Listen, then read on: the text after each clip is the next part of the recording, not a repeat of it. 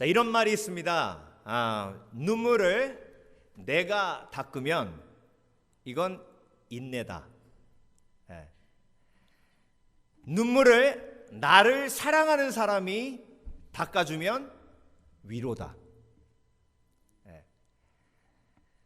그래서 인내의 힘이 떨어지면 위로가 필요한 겁니다.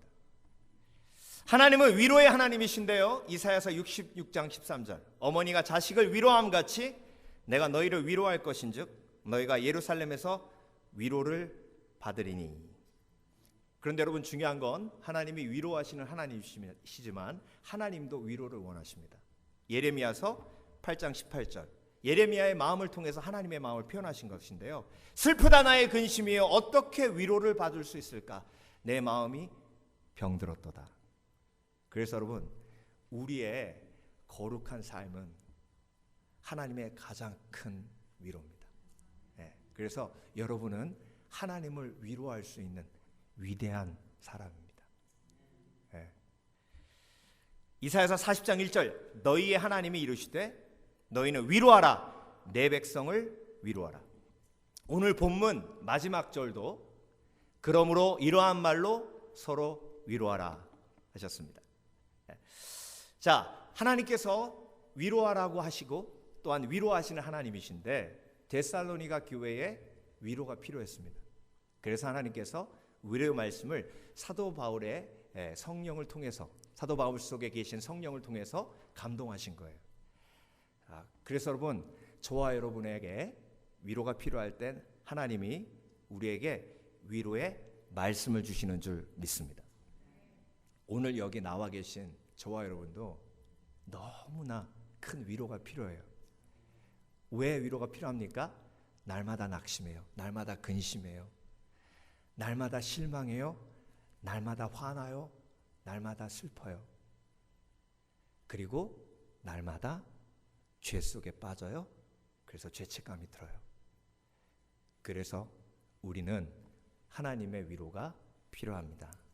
하나님은 위로하시는 분이시기 때문에 우리가 위로가 필요할 때 절대 가만히 있지 않으십니다. 단지 우리가 그 하나님의 위로를 위로로 느끼고 받아들이느냐 그렇지 않느냐에 따라서 우리가 위로받고 힘을 내느냐 아니면 위로받지 못하고 더 큰 실망과 절망으로 빠져드느냐 달려있는 것입니다. 오늘도 하나님께서 저와 여러분에게 말씀을 통해서 크신 위로를 허락해 주실 줄 믿습니다. 데살로니가 교회는 위로가 필요한 상황이었어요. 사도 바울은 데살로니가 교회 성도들 중에 슬픔에 빠져있는 사람이 있다고 소식을 들은 겁니다.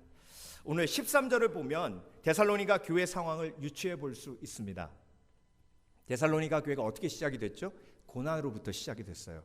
사도 바울이 데살로니가에 3주밖에 있을 수 없었던 이유가 그곳에서 사도 바울을 질투하는 사람들이 사도 바울을 죽이려고 했어요. 깡패까지 동원해서. 그래서 베레아까지 쫓아왔잖아요.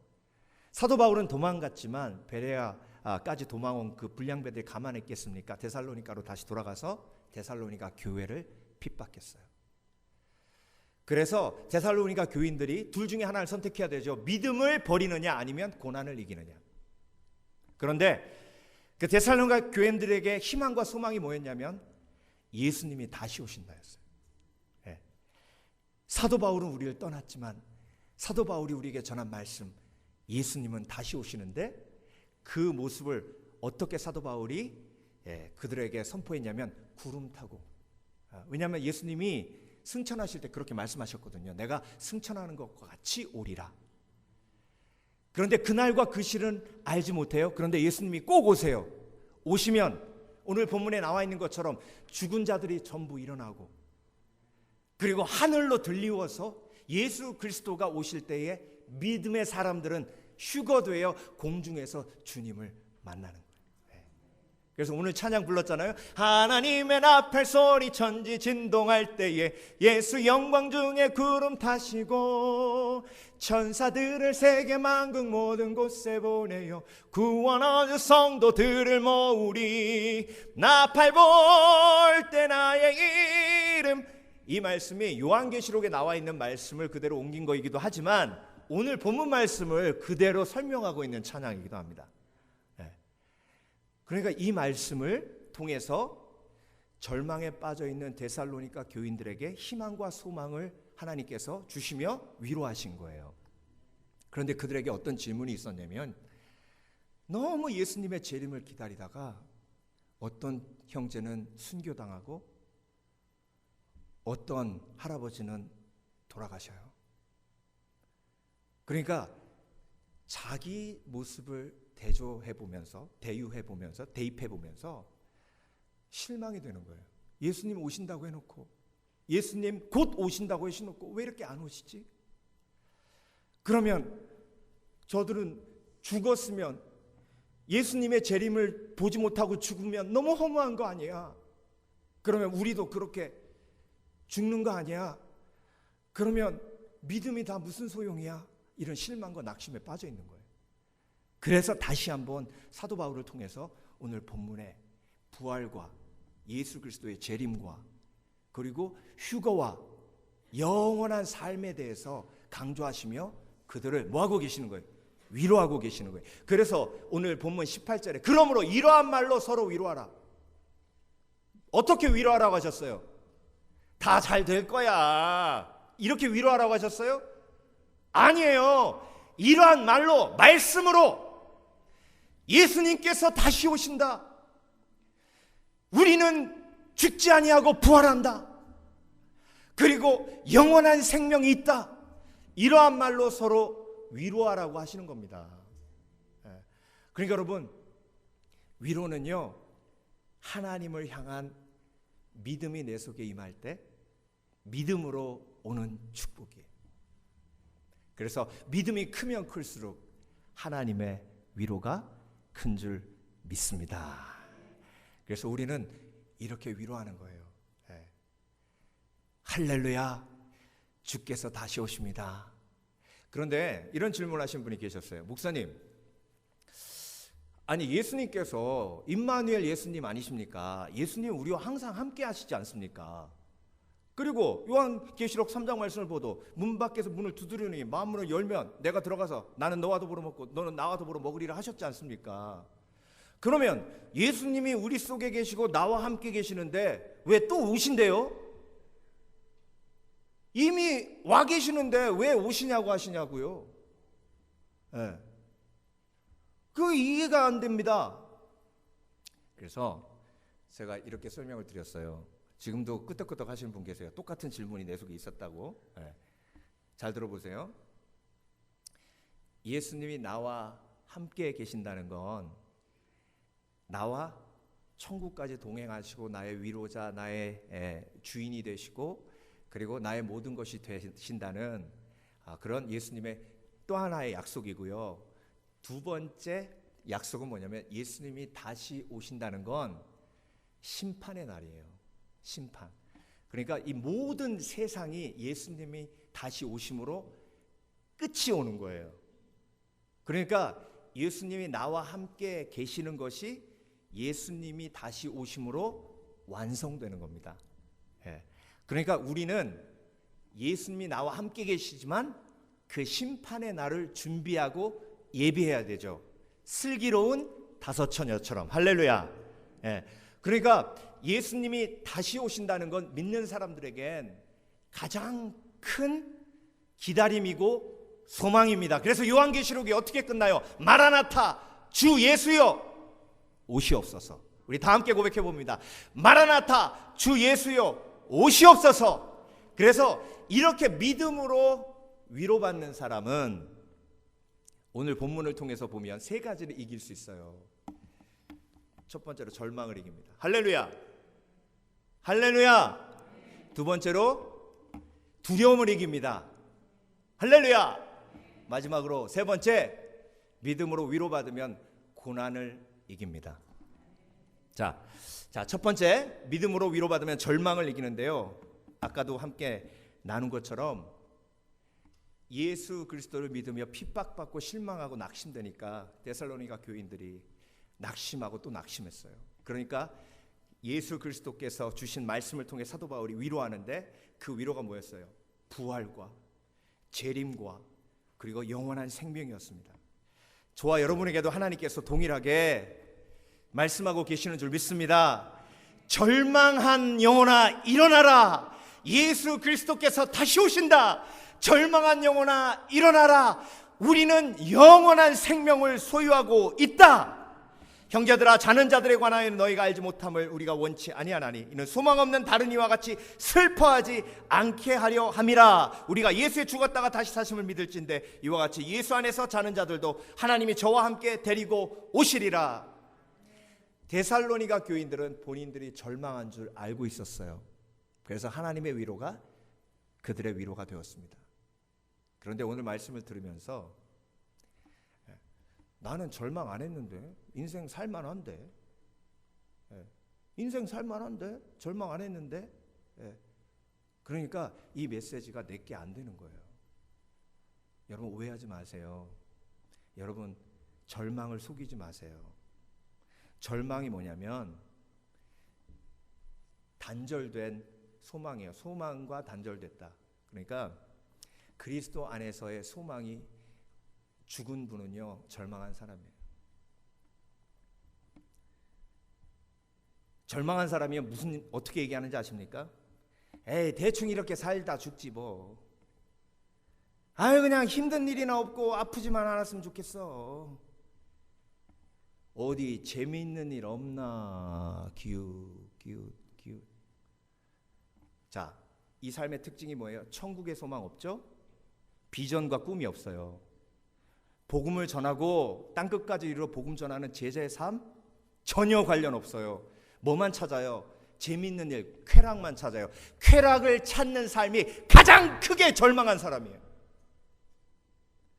재미있는 일만 쫓아다니는 사람이 이 인생에서 가장 크게 절망한 사람임을 깨달으시는 지혜가 있으시길 주의 이름으로 축원합니다. 오직 천국의 소망이 없고 오직 잃어버린 영혼에 대한 소망이 없으면 이 세상에 재미있는 것만 쫓아다니겠어요? 여러분 그 사람은 절망한 사람이에요. 그래서 나온 노래 있잖아요. 노세 젊어서 노세 늙어지면 못 노나니. 이 인생이 절망한 인생이에요. 지난주에 이호 여사께서 소천하셨잖아요. 여러분 그분이 영분이셨습니다.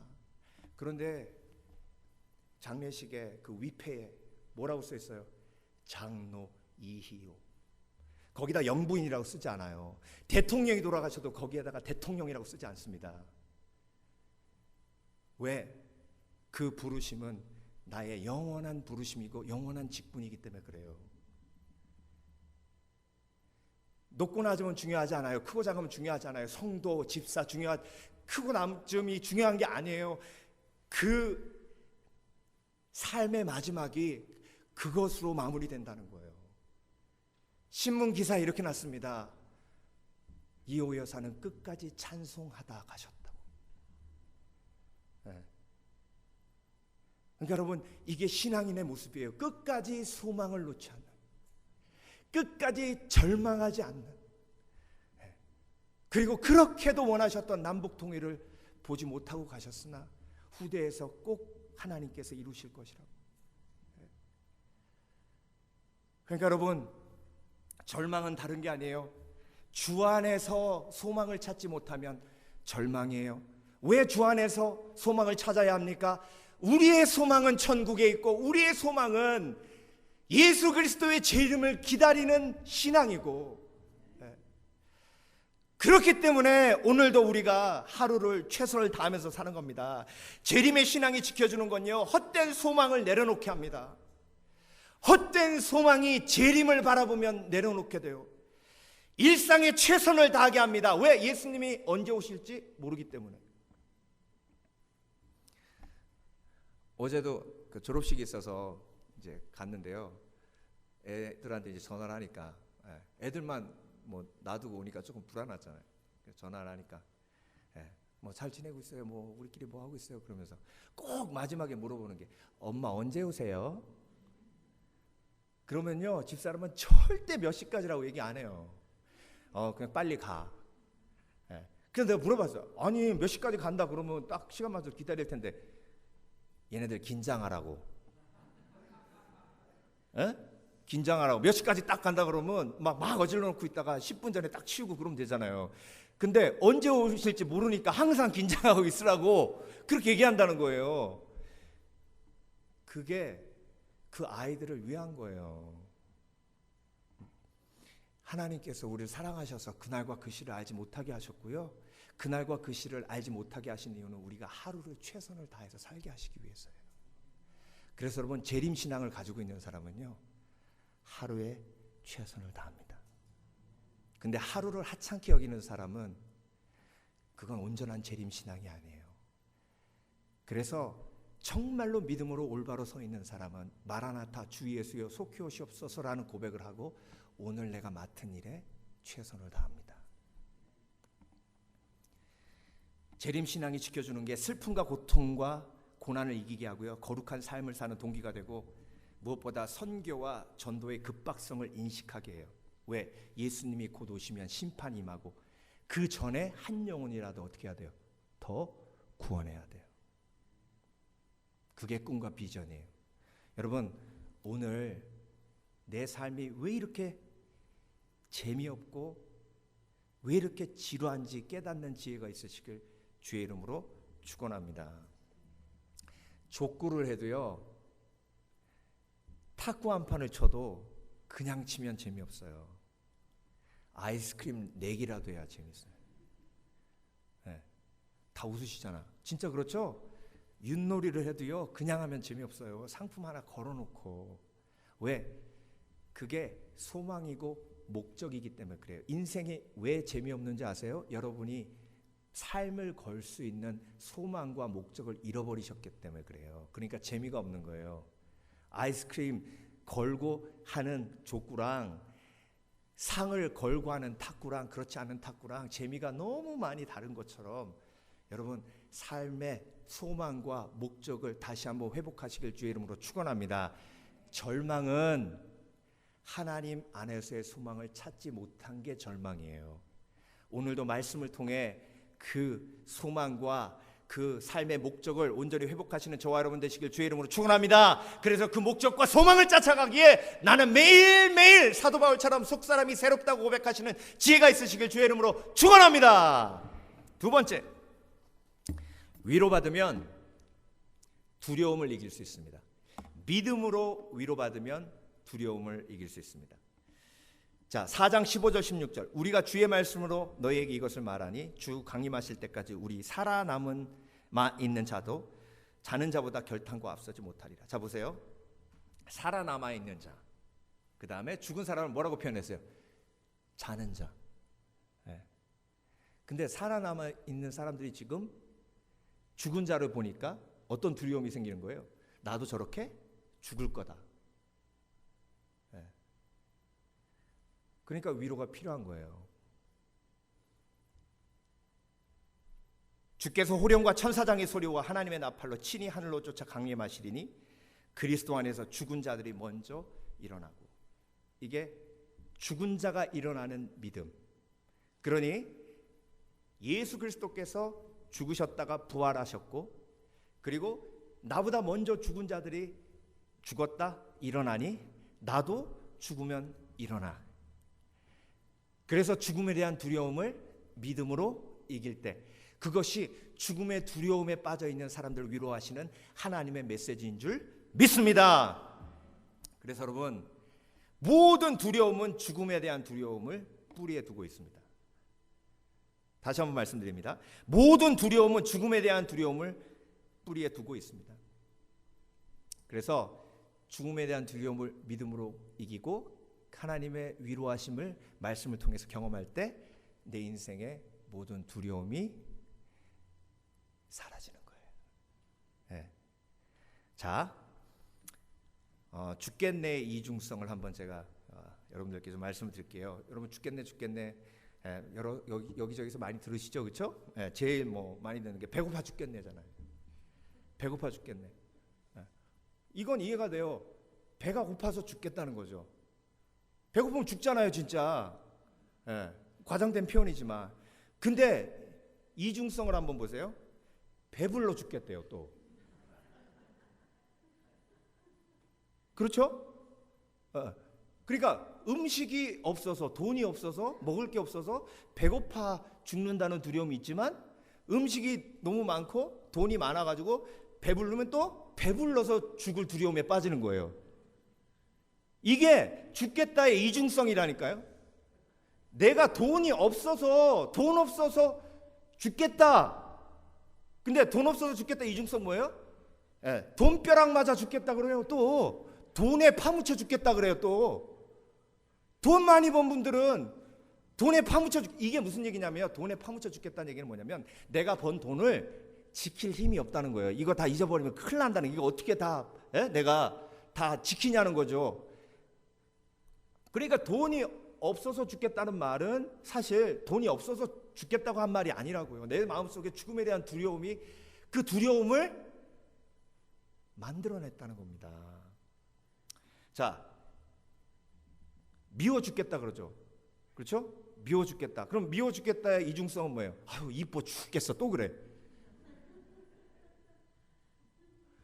미워 죽겠다, 이뻐 죽겠다. 외로워 죽겠네. 막 그래요. 외로워 죽겠네. 그러면서 또 한편으로 사람들에 치여 죽겠대 또. 여러분, 환경 때문에 그런 게 아니에요. 내 마음속에 잠재되어 있는 죽음에 대한 두려움이 내 삶의 전체에 두려움을 지금 지배하고 있는 거예요. 그래서 여러분, 부활신앙, 재림신앙이 내 마음속에 확고하게 자리 잡아 있어야 근본적으로 내 삶에 찾아오는 두려움을 이길 수 있는 힘이 있는 줄 믿습니다. 그래서 하나님이 우리에게 말씀을 통해 위로하시는 거예요. 죽는데 안 죽어. 그러니까 에스더가 죽으면 죽으리라. 다 함께 고백합니다. 죽으면 죽으리라. 안 하시네. 안 따라 하시네. 제가 양로병원에 한 6년 정도 한 달에 한 번씩 가서 이제 채플을 인도했는데요. 우리 선교사님이랑 같이 갔습니다. 근데 제가 이제 30 후반에 갔어요. 근데 30 후반에 가서 어르신들 보는 것과 40대 중반에 가서 어르신들 보는 게 다르더라고요. 근데 처음엔 거기 가서요, 지난주에 열심히 찬송하시던 할머니가 안 보이세요. 그러면 궁금해가지고 간호사한테 물어봅니다. 아유, 어디 가셨어요? 그냥 간호사는 씩 웃어요. 그래서 몇 번 그러다가 그 다음부터는 안 물어봐요. 그냥 가셨구나. 근데 30대는요, 제 자신을 그 휠체어에 앉혀보지를 않았어요. 그런 생각 안 했어요. 근데 40 중반 넘어가니까 어느 순간 딱 볼 때 제가 그 휠체어에 앉아 있는 거예요.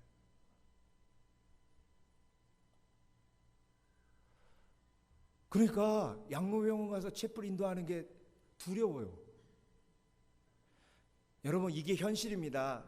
제가 간호사분들한테 여쭤보면요, 처음에 양로병원 들어오면 자녀들이요, 한 달에 한 번은 온답니다. 근데 1년 지나면요, 2달에 한 번, 3달에 한 번, 그러다가 한 3년 지나면 그냥 Mother's Day, Father's Day, 크리스마스, 땡스기빙, 그게 현실이에요. 아이고, 목사님 오늘 무지하게 다운되게 하시네. 그게 아니라 현실 인식이에요. 우리가 가져야 할 소망이 사람에게 있지 아니하다고요. 하나님께서 주시는 위로로 그 두려움을 이기는 거예요. 그래서 여러분, 제가 그 두려움이 제 마음속에 임할 때 말씀으로 이겨야 되잖아요. 말씀이 위로고 말씀이 소망이잖아요. 그래서 나는 부활이요 생명이니 나를 믿는 자는 죽어도 살겠고 살아서 믿는 자는 영원히 죽지 아니하리라. 이 말씀을 양로병원 말씀 전하기 전에 무조건 선포해요. 그러면 거기서 할머니들이 막 손바닥도 제대로 못 치시는데 할아버지들이 손바닥도 제대로 못 친다. 아멘. 다시 한번 선포합니다. 나는 부활이요 생명이니 나를 믿는 자는 죽어도 살겠고 살아서 믿는 자는 영원히 죽지 아니하리라. 너희가 이것을 믿느냐? 너희가 이것을 믿느냐? 그래서 이 믿음으로 우리가 두려움을 이기는 거예요. 죽음의 두려움을 이기는 거예요. 그래서 내 삶 속에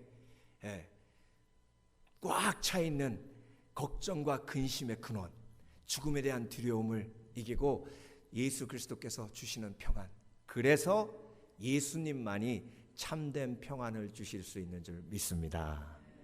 평안을 너에게 끼치노니 내가 주는 평안을 너에게 주노라. 내가 주는 평안은 세상 것과 같지 아니하니. 세상 것과 같지 아니한 이유가 뭐예요? 죽음을 이기셨기 때문에. 너희는 걱정하지도 말고 근심하지도 말라. 그래서 여러분, 하나님의 위로 담뿍 받아 죽음의 두려움을 이기시는 지혜가 있으시길 주의 이름으로 축원합니다. 마지막으로 믿음으로 위로받으면 고난을 이길 수 있습니다. 그 후에 우리가 살아남은 자도 저희와 함께 구름 속으로 끌어올려 공중에서 주를 영접하게 하시리니 그리하여 우리가 항상 주와 함께 있으리라. 그러므로 이 여러 말로 서로 위로하라. 공중에서, 하나님이 어딜 보게 하시죠? 공중을 보게 하세요? 위를 보게 하세요? 스데반이 돌 맞아 죽을 때 하나님이 스데반을 그 고난을 이기도록 어떤 은혜를 주셨죠? 하나님의 보좌를 보여주셨어요. 정말 극심한 고난 속에 빠져있는 초대교회 성도들에게 요한계시록을 통해서 하늘을 보여주셨어요. 하나님은 우리에게 고난을 이길 수 있는 힘을 위로로 공급해 주시는데 그 위로가 하늘을 바라보는 거예요. 공중에서 주를 만나리. 하나님이 나를 다스리고 계시고 영원한 생명이 나에게 예비되어 있음을 보게 하십니다. 그것이 위로가 되는 지혜가 있으시길 주의 이름으로 축원합니다. 그래서 위로가 하나님께로부터 나에게 내려오는데, 고린도 후서를 보면요, 사도 바울이 이 위로의 법칙에 대해서 말씀하시는데요. 위로의 법칙, 고난이 크면 클수록 위로가 크다. 그러니까 하나님 공평하신 거예요. 찬송하리로다. 그는 우리 주 예수 그리스도의 하나님이시요 자비의 아버지시요 모든 위로의 하나님이시며 우리의 모든 환난 중에서 우리를 위로하사 우리로 하여금 하나님께 받는 위로로서 모든 환난 중에 있는 자들을 능히 위로하게 하시는 이시라. 그리스도의 고난이 우리에게 넘친 것 같이 우리의 위로도 그리스도를 말미암아 넘치는도다. 고난이 넘치니 그리스도의 위로가 넘칩니다. 그래서 인생은 공평한 것이요 하나님은 공평한 것이요 고난이 크면 클수록 하나님의 위로가 크니 고난을 이길 힘이 더욱더 커지는 줄 믿습니다.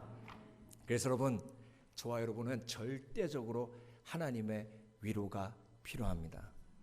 내 인생이 힘든 이유가 돈이 없어서가 아니에요. 내 인생이 너무 힘든 이유가 나를 도와주는 사람이 없어서가 아닙니다. 내 인생이 힘든 이유는 하나님의 위로를 내가 온전히 누리지 못해서입니다. 어떤 집사님이 저한테 찾아오셔서 목사님 제 딸 때문에 요즘 힘들어 죽겠어요. 왜요? 그랬더니 녀석이 이제 학교를 옮길 수밖에 없는 상황이 돼가지고 학교를 옮겨줬더니 친구 없다고 그렇게 나를 힘들게 하네요. 친구 없다고. 그래서 한 명 친구 사귀었는데 또 옆에 있는 애가 쟤랑 놀지 말라 그랬다고 학교 안 간다고 펑펑 울고. 그래서 어떻게 해야 될지 모르겠어요. 그래서 어떻게 하시게요? 그랬더니 뭐 방법은 뭐 또 학교를 옮기든가 아니면 뭐 선생님한테 가가지고 막 좀 항의를 하던가 막 그래야죠. 그래요. 그럼 저한테 물어보신 건 제 의견을 듣기 원하셔서 그런 거 아닙니까? 그럼 제 의견을 말씀드릴까요? 그랬더니 네, 목사님. 제가 보기에는 그 아이가 이 고난을 이길 힘이 필요합니다. 이 고난을 이길 힘은 엄마가 가가지고 선생님한테 항의하는 것으로 오는 게 아니고 엄마의 위로, 더 크게는 하나님의 위로를 통해서 임합니다. 그래서 그냥 자기 전에 안아주세요. 그리고 한마디 하세요. 힘들지 이렇게. 진짜 그러면 되니. 그럼 한번 해보시라고. 제가 왜 그걸 안 하냐면 하나님이 나한테 그렇게 해주셨거든요. 환경은 하나도 안 바뀌는데 그냥 내가 널 사랑한다 하시는 거예요. 근데 하나님한테 배운 방법이라고. 그래서 저는 이제 잊어버리고 좀 지났죠. 그러니까 막 와가지고 성경 공부 시간, 목사님 막 그런 게 눈이 반짝반짝합니다. 왜요? 그랬더니 그냥 자기 전에 침대에 들어가가지고 안아주면서 힘들지 그랬더니 갑자기 왜 하면서 막 애가 우는데, 저음으로 울더래요. 그렇게 1시간을 울더랍니다.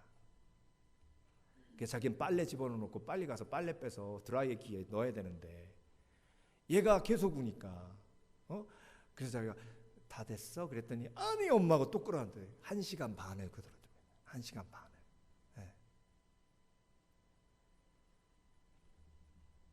그러고 나더니 엄마를 잘 미치면서 됐어 엄마 이제 그러더래요. 그리고 다음날 학교 가는데 학교 안 간다고 안 하고 엄마 갔다 올게 그러고 가더랍니다. 그리고 몇 번 그랬대요.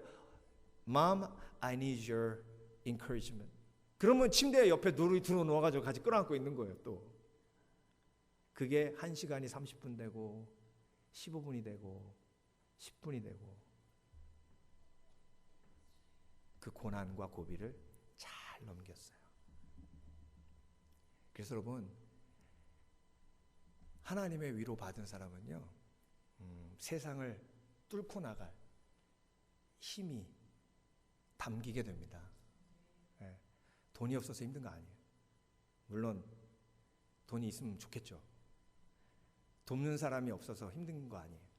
물론 돕는 사람이 있으면 좋겠죠.